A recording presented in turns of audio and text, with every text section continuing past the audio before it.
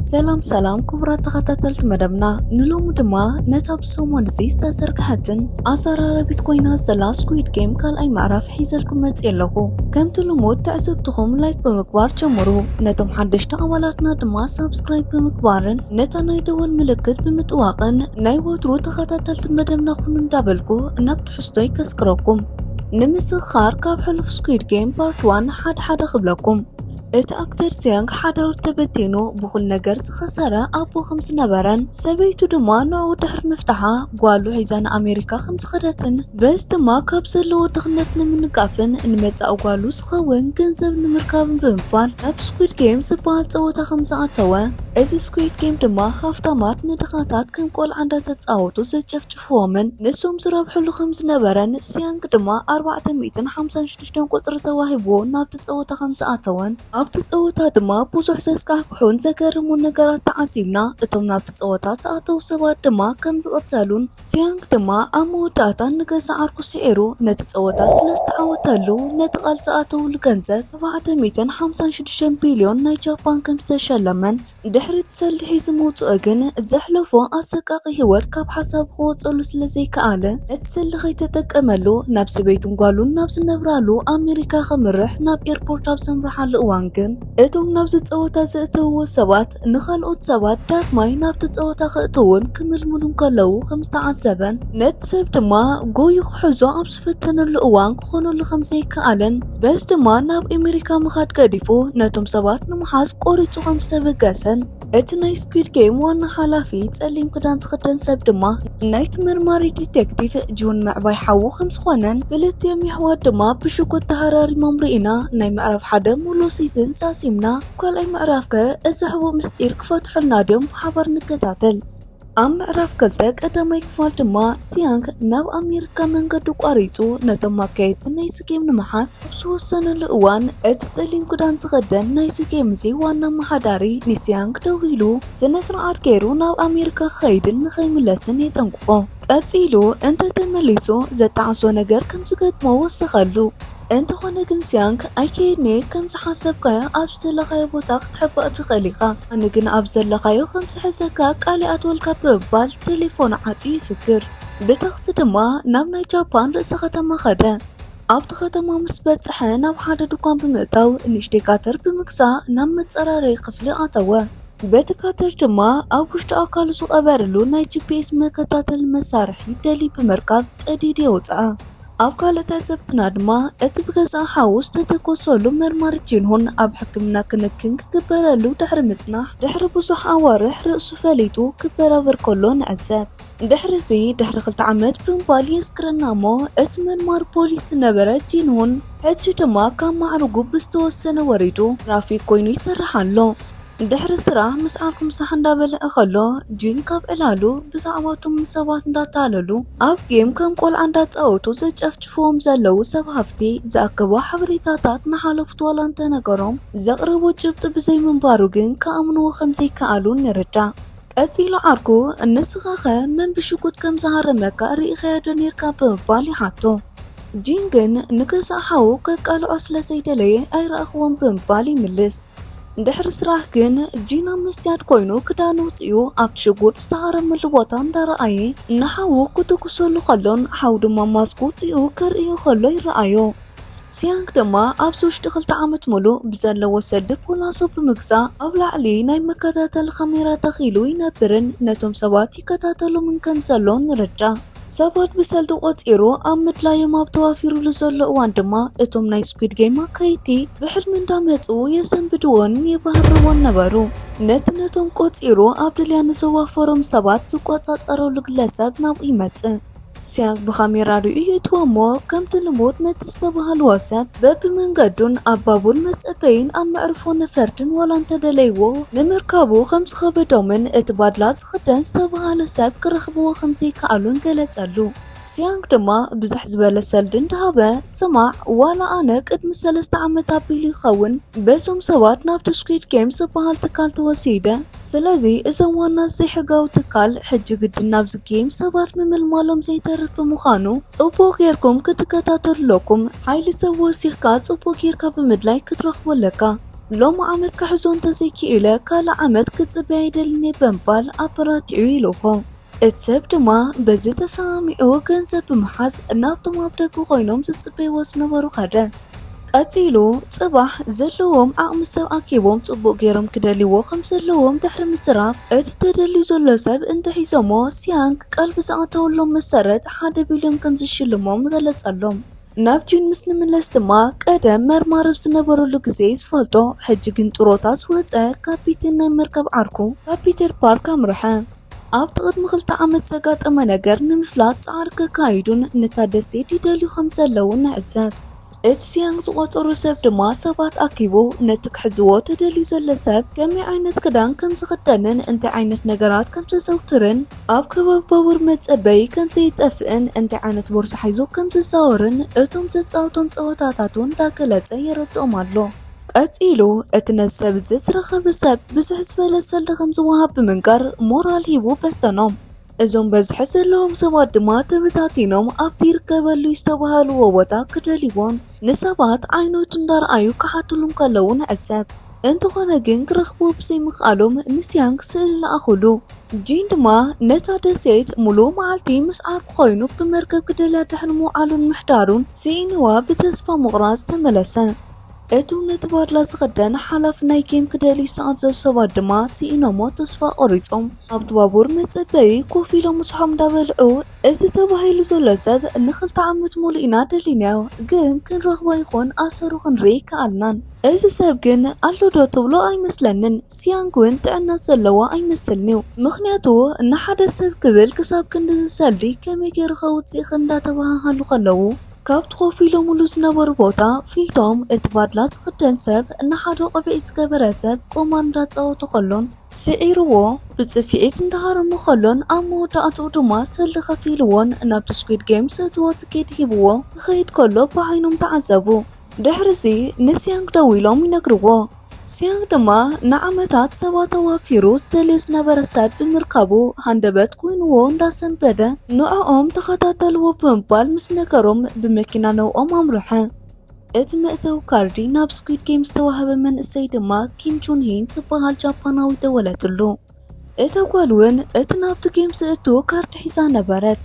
በዚ ድማ ናይ ሕክምና ክትትል ገዲፋ ክትወፅእ ከላ ንዕዘብ።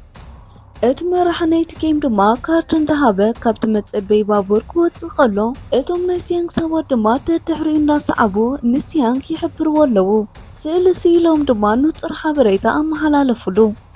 ሲያንግ ድማ ነቲ ስእሊ ድሕሪ ምርኣዩ ንሱ ምዃኑ ረጋጊፁ ቅልጣፈ ናይ መኪንኡ ወሲኹ ይጓዓዝ ኣሎ። እቲ ባድላ ዝተኸደነ ሰብ ድማ ናብ ሓደ እንዳ ባስ ተኣትዩ 100 ባስተን 100 ሎቶርን ብምግዛእ ናብ ኣብ ጥቕኡ ዝነበረ ፓርክ ብምኻድ ኣተወ። እቶም ዝከታተልዎ ዘለዉ 2 ሰባት እውን ደድሕሪኡ ቀሲሎም ኣተዉ። እቲ ሰብ ድማ ነቶም ኣብኡ ደቂሶም ዝነበሩ ድኻታትን ገዛ ዘይብሎም ሰባትን ንኹሎም በብሓደ ካብቲ ሒዝዎ ዝነበረ ባስተን ሎቶርን ሓደ ክወስዱ ከምርፆም ከሎ ንዕዘብ።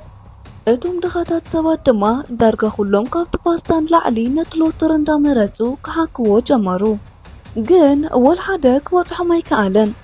ድሕሪዚ እቲ ሰብ ኣብ ቅድሚ ኩሎም ጠምዮም ዝነበሩ ድኻታት ነቲ ባስተን ናብ ጽርግያ ብምፍሳስ ረጋግጾም ከበላሽውን ከሎ ንዕዘብ። ቀፂሉ ንስኹም ባዕልኹም ካብዚ ሎተሪ መሪፅኩም ከም ዝባኽን ጌርኩሞ እንዳበለ ይቋይቖም። እቶም ዝከታተልዎ ዝነበሩ ሰባት ድማ ብጋዜጣ ተሸፊኖም እንታይ ገብር ከም ዘሎ ድንግርግር እንዳበሎም ሞባይል ኣውፂኦም ይቐድሕዎ።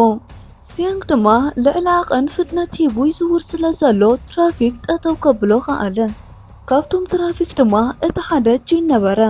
እቲ ካልኣዩ ናብ ሲያንግ ቀሪቡ ባይቴን ታባ ብምባል ይቐፅዖ። ሲያንግ ድማ ተሃዊኹ ብምባሩ ቅፅዓት ወረቐቱ ብምቕባል ብዘይ መልሲ ጉዕዞ ክቕፅል መረፀ። እቲ ድሕሪት ዝነበረ ጂን ድማ በቲ ነገር ተገሪሙ ገለ ነገር ዝሓብአለዎ እምበር እንዳተቐፅዐ ብዘይ ዝኾነ ዘረባ ዝኸይድኣ ንምንታይ ብምባል ካብቲ ትራፊክ ሞባይሉ ተቐቢሉ ስእሊ ናይ ፓቴንቱ ክዕዘብ ከሎ ብቕፅበት ሲያንግ ከም ዝኾነ ይርዳእ። እቲ ባድላ ዝተኸደነ ሰብ ድማ ምስቶም በራንዳ ዝነበሮ ነገር ምስ ወድአ ካብቲ ቦታ ብመኪና ኸደ። እቶም ዝከታተልዎ ዝነበሩ ናይ ሲያንግ ሰባት ድማ ታክሲ ብምሓዝ ደድሕሪኡ ይስዕቡ ኣለዉ። ንሲያንግ ድማ ኩሉ ዝካየድ ዘሎ ነገርን ኣበይ ከም ዝበፅሑን ብቴሌፎን ይሕብርዎ። እቲ ሰብ ድሕሪ ዝተወሰነ መንገዲ ካብ መኪና ወሪዱ ብእግሩ ኣንጎሉ ተጠዊው ጉዕዞኡ ጀመረ። እቶም ዝከታተልዎ ዝነበሩ ሰባት ድማ እዚ ሰብ እዚ ካድመና የብሉን ቀልጢፍና ንሓዞ፣ እቲ ተቐሪቡ ዘሎ ሰልዲ ድማ ክልቴና ጥራሕ ንወስዶ ብምባል ተሰሚዖም እንዳጎየዩ ነቲ ባድላ ተኸዲኑ ዝነበረ ሰብ እንዳፀውዑን ናብኡ ተፀጉዑ። እንተኾነ ግን እቲ ሰብ ንኽልቲኦም ብሓይሊ ሃሪሙ የፈንትቶም። ሲያንግ ድሕሪ ዝተወሰነ ናብቲ ቦታ በፂሑ ነቶም ዝለኣኹም ሰባት ቴሌፎን ይድውለሎም፣ ግን ክረኽቦም ኣይከኣለን። ናብቲ ዝተሃረሙሉ ቦታ ብምኻድ ክደልዮም ከሎ እቲ ባድላ ዝተኸደነ ሰብ ድማ ኣብ ልዕሊ ፖላሱ ኮይኑ ረኣዮ። ናብቲ ፖሊስ ጂን ምስ ንምለስ ድማ ሃለዋት ሲያንግ ምስ ፈለጠ ቀልጢፉ ናብ ቤት ፅሕፈቱ ብምኻድ ታሲራ ናይ ሲያንግ ኣብ ኮምፒተር ከፃንዮ ጀመረ። በዚ ድማ ስእሉ ምስ ረኣየ እቲ ቅድሚ ነዊሕ ዝተዛረቦ ሲያንግ ምዃኑ ኣረጋገፀ። ቀፂሉ ኣድራሽኡ ንምፍላጥ በታ ናይታ መኪና ታርጋ ከፃኒ ከሎ እታ መኪና ናይ ኪራይ ከም ዝኾነት ምስ ፈለጠ ትትካል መካራይ መኪና ኸደ። እቶም ሲያንግ ዝለኣኹም ሰባት ድማ በቲ ባድላ ዝተኸደነ ሰብ ተታሒዞምን ተኣሲሮምን ከም ዘለዉ ንዕዘብ። ቀፂሉ እቲ ባድላ ዝተኸደነ ሰብ ሽጉጥ ናይ ራሻ ብምውፃእ የርእዮም። ቀፂሉ ሕጂ ኣነ ዝነግረኩም ፀወታ ክትፃወቱ ኢኹም፣ ሮክ ፔፐር ሲዘርስ ዝበሃል ፀወታ ኮይኑ እቲ ዝተሰዓረ ሰብ ድማ በዚ ሒዜ ዘለዉ ሽጉጥ ክቕተል ብምባል ናብቲ ሽጉጥ ሓንቲ ጥይት ጥራሕ ብምእታው ነቲ ካዝና ኣሽከርኪሩ የፃውቶም። እንተኾነ ግን 3 ግዜ ዋላ እንተፃወቶም እታ ጥይት ክትረከብ ብዘይምኽኣላ ግን ዝሞተ ሰብ ኣይነበረን። ቀፂሉ ሰብ ሕጂ ድማ ናይ ደፋራት ፀወታ ብምባል ናይ መወዳእታ ፀወታ የፃውቶም። ነቲ ዝተረፈ ጠያይት ናብታ ሽጉጥ ብምእታው ሓንቲ ጥራሕ ባዶ ብምግባር ከፃውቶም ጀመረ። እቶም ናይ ሲያንግ ሰባት ድማ ነዚ ምስ ረኣዩ ብፍርሒ ረሃፅ ብርሃፅ ኮይኖም ኣለዉ። ኣይንፃወትን ከይብሉ ድማ ብሽጉጥ ክቕተሉ ምዃኖም ስለዝተነገሮም ነቲ ፀወታ ሕጂ እውን ክቕበልዎ ኣለዎም። በዚ ድማ ፀወታ ቀፂሉ እቲ ናይ ሲያንግ ዋና ስራሕተኛ ድማ ዕድል ሃዲምዎ ኣብቲ ፀወታ ተሳዒሩ ብሽጉጥ ክመውት ከኣለ። እቲ ካልኣዩ ድማ ብዝሪኦ ዘሎ ነገር ሰንቢዱ ክውጭጭ ከሎ ንዕዘብ። እቲ ባድላ ዝተኸደነ ሰብ ድማ እንኳዕ ሓጎሰካ ሕጂ ድማ ምሳይ ክንዘራረብ ኢና ክብሎ ከሎ ንሰምዕ። እቲ ፖሊስ ጃን ድማ ናብቲ ትካል ሲያንግ ቆፂሩ ዘስርሖም ሰባት ብምኻድ እቲ ማዕፅኡ ተዓፅዩ ስለዝነበረ ላዕሊ ሓኺሩ ብፍንስትራ ገይሩ ናብ ውሽጢ ኣተወ። ኣብ ውሽጢ ድማ ንዘሎ ነገራት ላምፓዲና ሒዙ እንዳፃረየ እንዳረኣየ ናብ ዝነበረሉ እዋን ሓደ ናይ ሲያንግ ሰራሕተኛ ብምምፃእ ልቺ ወሊዑ ንውሽጢ ኣተወ። ጂን ድማ ከይረኣይ ተሓቢኡሎ። እቲ ዝኣተወ ሰብ ድማ እቲ ንብዙሕ ግዜ ዝደልይዎ ዝነበሩ ሰብ ከም ዝተረኣየን ዕጥቆም ሒዞም ናብኡ ከም ዝኸዱን ንመሳርሕቱ ክነግሮም ከሎ ጂን ይሰምዖ። ሲያንግ ድማ ናብ ገፁ ምስ ተመለሰ ዘይሓሰቦ እቲ ዝደልዮ ዝነበረ ሰብ ኣብ ውሽጢ ገፁ ይፅበየ ነበረ። ቀፂሉ ሰብ ኣብቲ ግዜቲ ናብ ኣሜሪካ ክትከይድ ነይርካ ምስ በሎ ሲያንግ ዋላ እንተሰንበደ ግን እቲ ዝደልዮ ዝነበረ ሰብ ስለዝረኸቦ ተሓጒሱ ብዙሕ ሰልዲ ሂብኩም ሃፍታም ስለዝገበርኩምኒ ኣመነየ ዘመስግነኩም፣ ግን ሕቶለኒ ንምንታይ ኢኹም ዘስካሕክሕን ሕልና ዘይብሉ ስራሕ ትሰርሑ በሎ። እቲ ባድላ ዝተኸደነ ሰብ ድማ ኣነ ተፃወቲ ናብቲ ትካል ዳመልመልኩ ምእታው ጥራሕ ይስርሐ፣ እቲ ዋና ኣካየደቲ ትካል ግን ካልእ ሰብ ብምባል ይነግሮ። ሲያንግ መልሱ ምስ ሰምዐ ሕራይ ፅቡቕ ናብቲ ዋና ዝትካል ኣዛዚ ውሰደ ንበል ምስ በሎ ንሱ ድማ ደሓን ብዙሕ ኣይትጨነቕ መልእኽቲ እንተሃሊካ ንገረኒ እሞ ባዕለይ ከመሓላልፈልከየ ብምባል ንሱ ናብቲ ትካል ዝኣተወሉ ኣጋጣምን ግዜን ይነግሮ።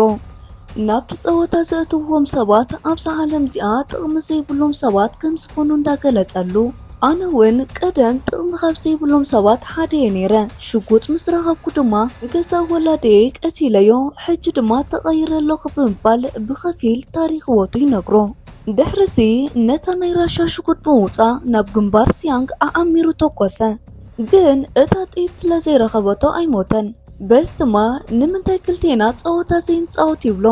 ሲያንግ ድማ ብሓሳቡ ተሰሚዑ ነታ 6 ጠያይት ትሕዝ ናይ ራሻ ሽጉጥ ሓንቲ ጥራሕ ጥይት ብምእታው ኣሽከርኪሩ ኣብ ማእኸሎም ብምቕማጥ ዝበፅሖ ሰብ ነዛ ሽጉጥ ኣልዒሉ ናብ ርእሱ ይትኩስ ብምባል ተሰሚዖም ብዋግዒ ፀወታ ጀመሩ። ኣብ ናይ መጀመርያ ዕድል ናብ ሲያንግ ስለዝበፅሐት ሲያንግ ድማ ብገዛ ፍቓዱ ሽጉጥ ኣልዒሉ ናብ ርእሱ ተኮሰ።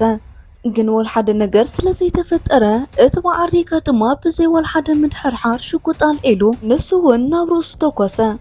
ንሱ እውን ዕድል ገይሩ እታ ጥይት ስለዘይተረኸበት ናብ ሲያንግ ኣመሓላለፋ።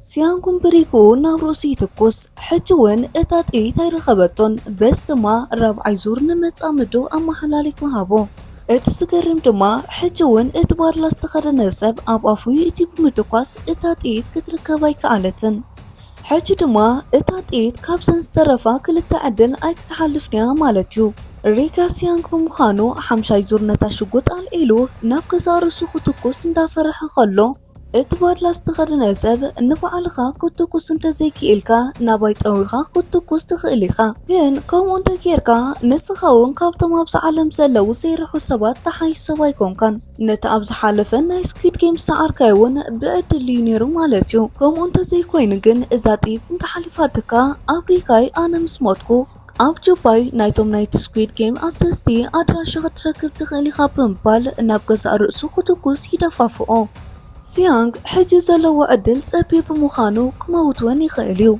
جن نبعت والاندا متو بتبعتن بدفرتن نابروسي تكوس انتخونا جن اتات ايت حجون يرخبتون بس ما اتات ايت ابشار شايبوتا نايتا شوكوت على مالتيو تأمر بزمسل كمو تعرفو نتبع الرقا متساوتو اتات ايت حجو غمت تكوس نافلته وعلون نفسو قتل ام حلال فلو اتبار لاستخدن سب دما شكو تقبلو ننفسو كقتل تقاربا سيانك اتيلو نسخاون نابايت اويخا خطوكوس تخيليخا كوم انت كيركاجن نسخاون كاب حلافيخا تأزاز وصاي زي تنقاساقس زي تربح سابيخا مالتيو سلازين كوعسو هيواتكا ابسبكي الو توكو صبالو اتمتاوتو دما بزي سقا مكا كسادو بمقنا نابعلو توكوسو نبسا قتلاتي فتسم بس دما تعسب تقدامي كفال نزاسم ام معرف كلتا سيانغ نتدلي وزو لسب كرخ بوديو ابزمت بحوار كنكتاتو لوينا نلو مجن كلكم تخطلت مدامنا لايك بمقبارا باراتونا لايك انتهيكمنا نعنا عبتغم اللوو اتم حدشنا اولاتنا دما سابسكرايب بمقبار نايوتو تخطلت مدامنا خدكونو ادمينايو ابقص علي كلايك فالحيسنا كساب نملسكم دما سسنايو